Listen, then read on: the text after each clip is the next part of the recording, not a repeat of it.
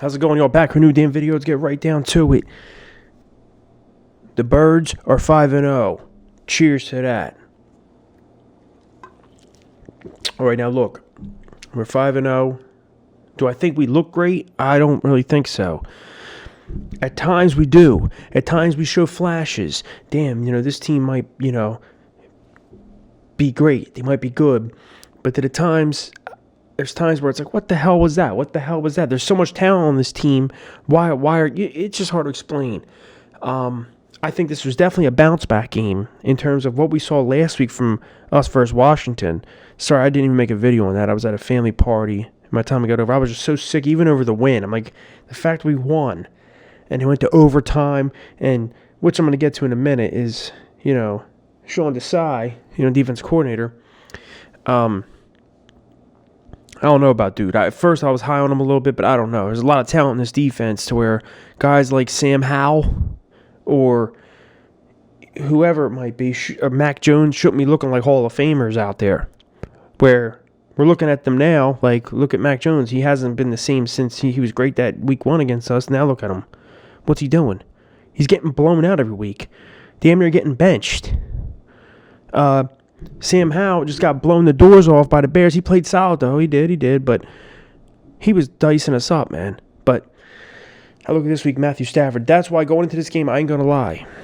I already thought, coming off that Washington game and just how we played all year, and I said, you know what, we're going to have to go to L.A. Well, it's probably going to be a home game because, our fans traveling very well. I said, but you got Matthew Stafford. You got that rookie Puka, Tutu Atwell. I was like, and then you got Cooper Kupp coming back.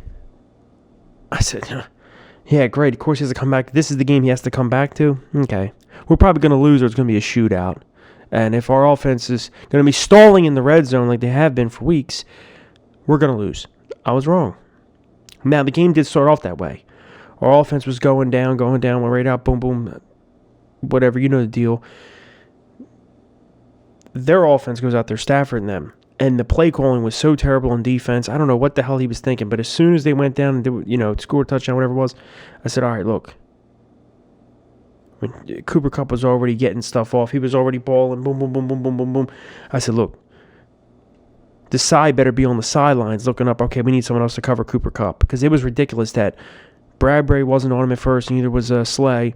They had like Justin Evans on him and Eli Ricks, and a couple other guys. And I'm like, there's guys, like, I think even Bradley Roby, who we just signed, right? He was on him at one point. Whatever. Long story short. So that was the first half.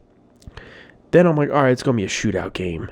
What changed this entire game, and I think won us this damn game, was when we were going into, about to go in the second half. It's, I think Stafford just threw that pass to Tuka for a touchdown, or Puka, and that was just a great pass. Bradbury was on him like white on rice, but it's just such a great, perfect pass that you can't argue, okay, all right, he caught the ball, you know what I mean? It's just a good pass.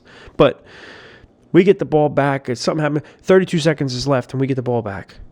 What changed the entire game was that. 32 seconds left, second quarter, 32 seconds.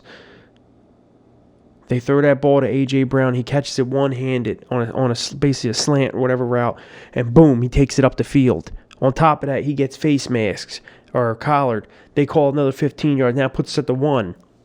And, actually, no, I'm getting 15. Then they took a shot at the end zone. Once again, the guy, same player, was basically pass interference on Brown again. Another penalty on Brown. Puts us there. We do the brotherly shove, or whatever you want to call it, tush push, whatever you like to call it. Boom, touchdown. That changed the entire game. A.J. Brown's a monster. He is. He's a beast. And it's funny, I talk about that face mask. There were so many calls in this game on face masks. Some that were face masks and some that were not face masks. But they called them anyway, and it could have cost either team the game. And then there was some that there was face masks that happened, and they didn't even call it. Okay, so we'll get to that later. The officiating was terrible, but we get out of that. We come out of the second half. Now it's like, all right, can we actually stop this offense, the Rams?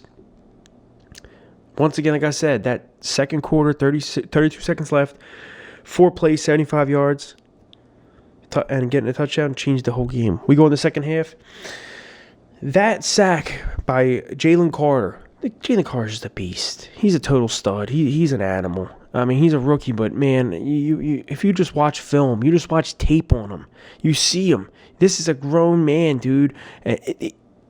He makes these guys look like scrubs, man. He makes them look like they're kids, some of these offensive linemen. And he's, like I said, just a rookie. It's insane to me. And so we get we get into the second half, and he blows right through the line. He sacks Stafford. And you could tell after that, Stafford was not the same. And then our pass rush just started eating them up. And thank God our pass rush got to them. Because there was plays where a lot of balls were overthrown by Stafford, where if they weren't overthrown, like say they connected, we might have been in big trouble because these guys were open. Like Cooper Kupp was open a couple times, he just overthrew, or Atwell or whoever, and that's because the pass rush started getting there. But Jalen Carter changed it, with that type of thing. Shout out Jordan Davis too; he was great in the run game. So I look at it this way. I was going to complain a lot, like, what the hell, this defense. Look, the defensive line is fantastic.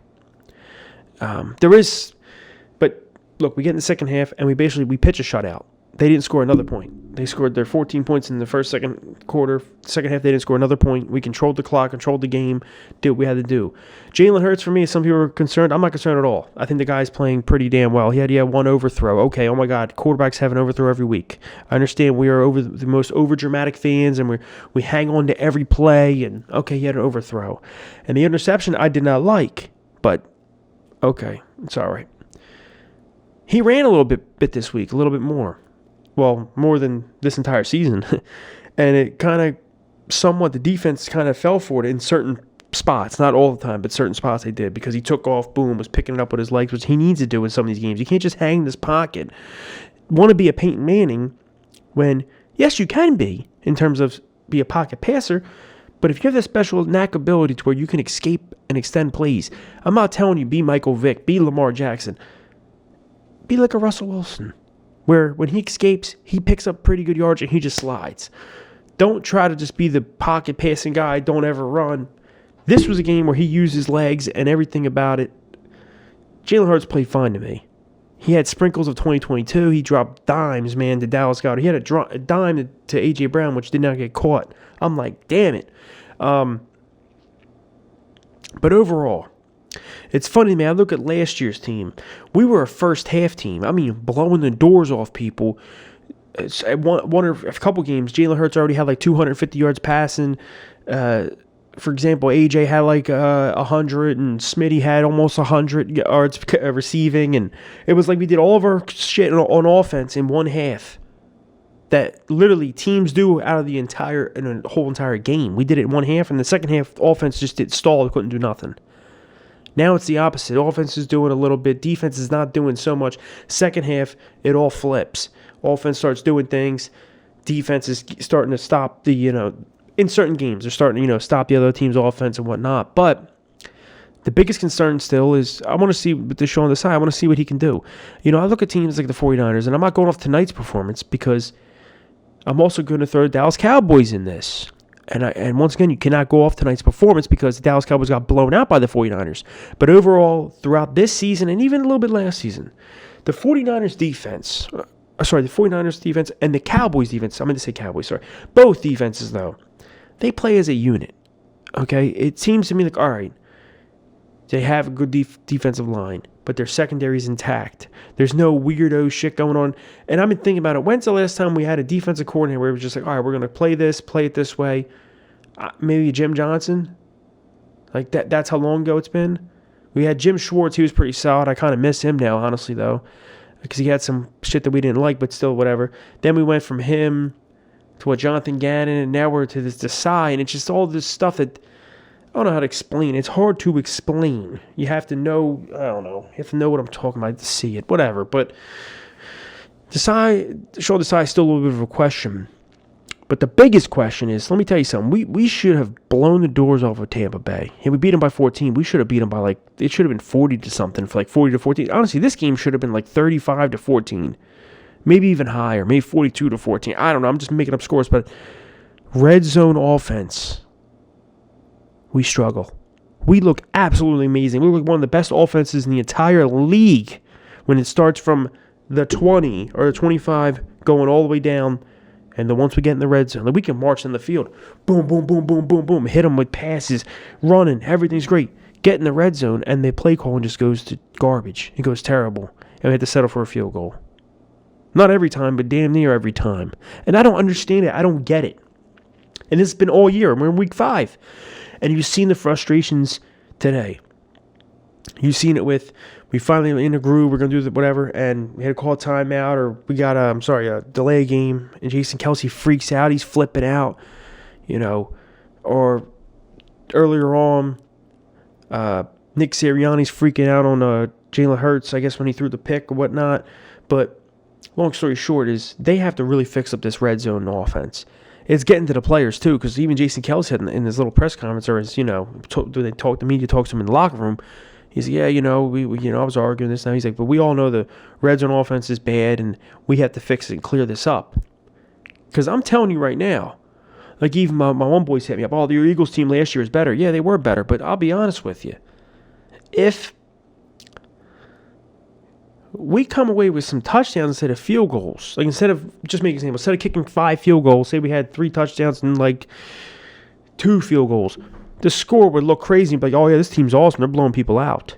That's our concern. We get in the red zone and can't score.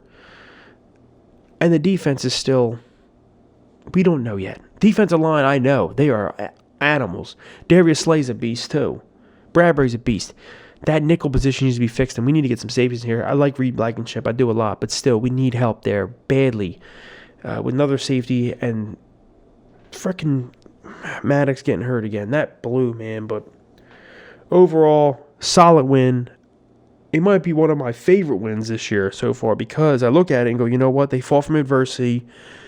We thought it was going to be a straight-up just shootout, and we somehow flipped the script going into the second half with that big play to start us off going into the second half with the A.J. Brown, for 32 seconds, blah, blah, blah. But I'm going a little too long. Let's go, Birds. Focus. How you guys comment below your thoughts. How do you guys feel? Let me know how you feel below. We're 5-0. Now we go on to the New York Jets. We're going to see how this play pans out. We'll see. Go, Birds. You guys comment below your thoughts. How do you feel about the frustrations? Just everything is just, I don't know. Maybe we got too spoiled off last year. Maybe we did as fans. I don't know.